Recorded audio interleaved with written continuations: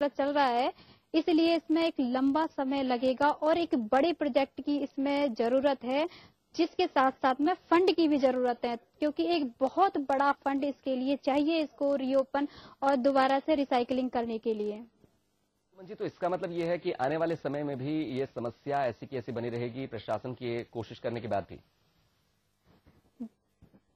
जब तक कोर्ट इसका एक सही निर्णय नहीं देते ताकि ये डिपार्टमेंट ये काम करेगा, तब तक इस समस्या का समाधान नहीं हो सकता। जी, तो कोर्ट के ऊपर काफी कुछ निर्भर है जैसा आपने बताया। और अभी हमारे साथ हमारे एक और दर्शक दिनेश श्रीवास्तव भरतपुर से जुड़ गए हैं। दिनेश जी, क्या समस्याएं आपको लगती हैं, क्या आप जानना चाहते हैं? महापौर हमारे साथ इस वक्त जुड़ी हुई हैं। जी, मैं सबसे पहले तो जन टीवी का धन्यवाद देना चाहता हूं, जो भरतपुर के बारे में आज उन्होंने अपना एक कार्यक्रम किया है और हमको महापौर से भी रूबरू कराया है। मैं आपको बताना चाहूंगा, भरतपुर में सबसे बड़ी समस्या तो सुजानगंगा नहर की है। ये क्या है कि पूरी तरह से सड़ चुकी है, इसमें करोड़ों खर्च हो गए, लेकिन अभी भी ये जस की तस बनी हुई है और कोई इसका सुनवाई नहीं है। दूसरी समस्या ये है कि बार बार डिपार्टमेंटों द्वारा सड़क को खोदा जाता है, बाजार को, और फिर बनवा दिया जाता है, फिर खोद दिया जाता है। हालांकि सुमन कोहली हैं, जो हमारी महापौर हैं, इन्होंने काफी डेवलपमेंट के काम कराए थे भरतपुर में, और आज भी इन्होंने एक ऐतिहासिक काम किया है, जहीना गेट बनवाया है, जो हमारे भरतपुर की शान है। 12 गेट, जिनमें एक गेट बिल्कुल टूट गया था, इन्होंने दोबारा से नया बनवाया है। इसको लोग याद रखेंगे, लेकिन समस्या थोड़ी सड़कों की और सुजानगंगा नहर की है। जी सर, धन्यवाद दिनेश जी हमसे जुड़ने के लिए। सुजानगंगा नहर की बात कर रहे हैं फिर से, और लगातार बार बार वही समस्याएं आ रही हैं। एक जो बात कई बार हुई है, पहले भी ये हमारे दर्शक हमसे कह चुके हैं कि बार बार सड़कों को खुदाई की जाती है।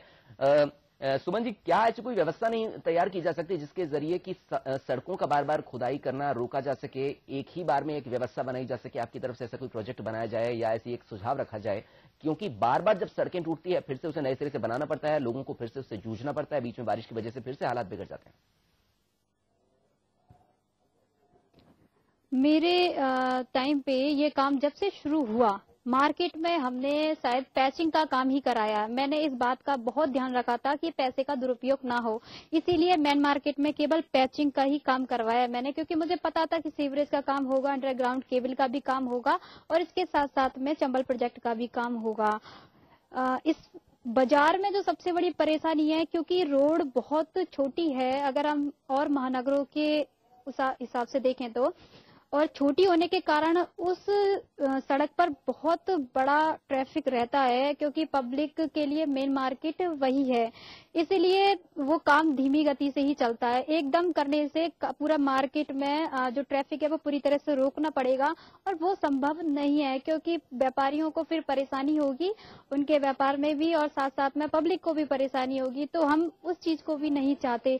ये कार्य इसलिए चल रहा है, और अगर इस पर जल्दबाजी की गई तो फिर बहुत ही ज्यादा स्थिति खराब होगी, वो फिर नगर निगम को भुगतनी पड़ेगी और पब्लिक को भुगतनी पड़ेगी। इसीलिए इसको बहुत अच्छी तरह से वॉच करने के बाद में ही किया जा रहा है, क्योंकि एक भी गलती फिर बाद में जाके बहुत बड़ी समस्या बन सकती है। समस्या बन सकती है और लोगों को उससे दो चार होना पड़ता है। हमारे एक और दर्शक इस वक्त हमारे साथ फोन लाइन पर जुड़ गए हैं। विशाल हमारे साथ भरतपुर से जुड़े हैं। विशाल जी, क्या समस्या है आपकी, क्या कुछ जानना चाहते हैं आप? महापौर हमारे साथ हैं इस वक्त। देखिए, यहाँ की मुख्य समस्या है सुजानगंगा नहर।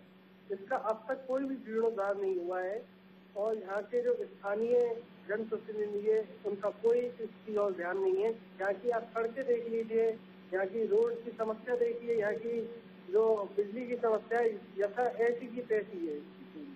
जी, धन्यवाद विशाल जी। फिर से वही समस्याएं, बार बार उन्हीं समस्याओं को बार बार गिनाया जा रहा है। समस्याएं किस हद तक बढ़ चुकी हैं, ये सब साफ तौर पर दिखाई दे रहा है। सुमन जी, एक छोटी सी बात और यहाँ हम जानना चाहेंगे। चुनावों को, जैसा कि चुनाव का दौर आ रहा है, एक बार पहले भी हमने बात अभी की, वहां राजनीतिक दलों के पास, अगर हम कांग्रेस भारतीय जनता पार्टी की बात करें, बहुत ज्यादा कुछ उनके पास करने को नहीं होता है। इस बार भी 30 पार्षद निर्दलीय हैं। क्या आपको लगता है इस बार जो चुनाव होने वाले हैं उसमें क्या भारतीय जनता पार्टी या कांग्रेस की तरफ से कोई एक विशेष जो उनकी कोशिश तो की जा रही है, लेकिन क्या उनका प्रभाव देखने को मिल सकता है? ये हो भी सकता है और नहीं भी, क्योंकि पब्लिक का फैसला हमेशा व्यक्ति को देखकर होता है। यदि उन्हें लगा कि पार्षद बीजेपी का ठीक रहेगा या जो कैंडिडेट को टिकट दी है, टिकट सबसे ज्यादा मायने रखेगी इस चुनाव में।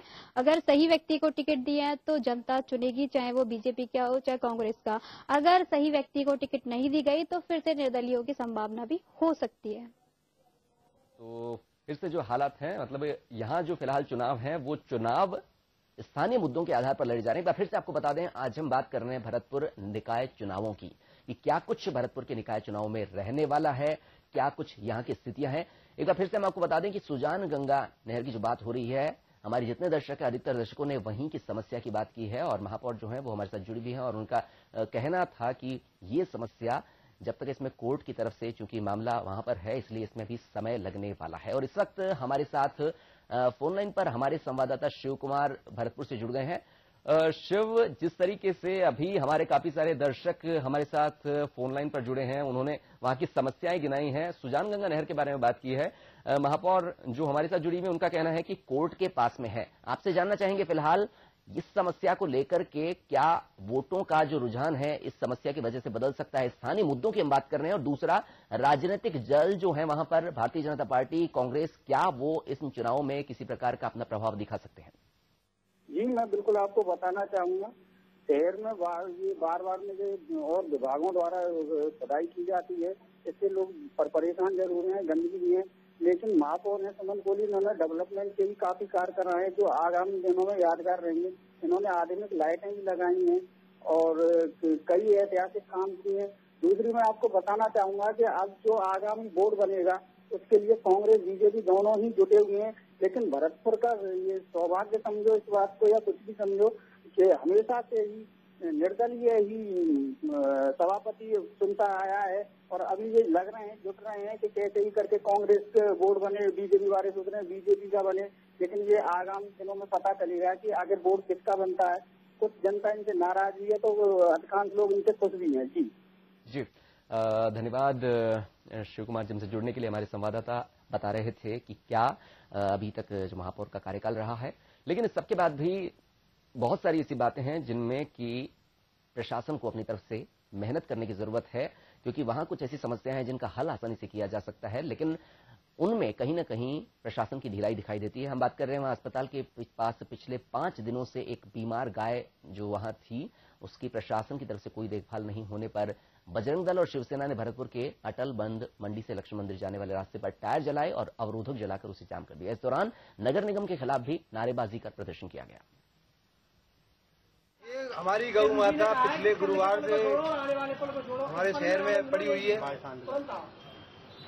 और यहाँ के स्थानीय लोग नगर निगम जिला पशु अस्पताल में घूम घूम के बावड़े हो गए गए, लेकिन अभी तक ना तो अस्पताल से कोई इसको इलाज चालू हो पाया है, ना ही नगर निगम से यहाँ पे कोई आया है। इनसे यहाँ अर्धमृत अवस्था में एक गाय पड़ी हुई है जिसकी ओर नगर निगम प्रशासन का कोई भी ध्यान नहीं है, न पशु चिकित्सालय की ओर से कोई भी अधिकारी ने यहाँ पर ध्यान दिया है।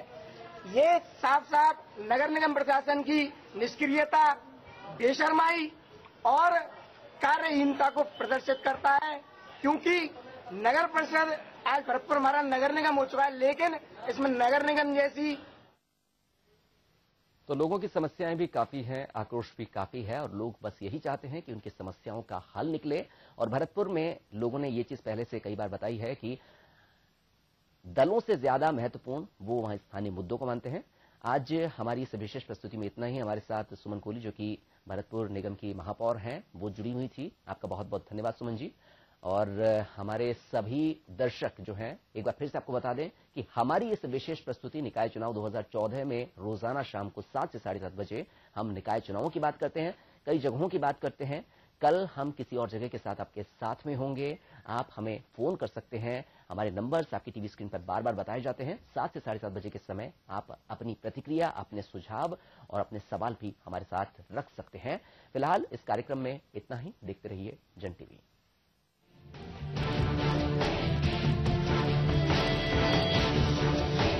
ऐसा बोर्ड बने जो शहर का विकास करे। अब तक के जितने भी सभापति बने उनमें सबसे निकटतम ये कार्यकाल रहा।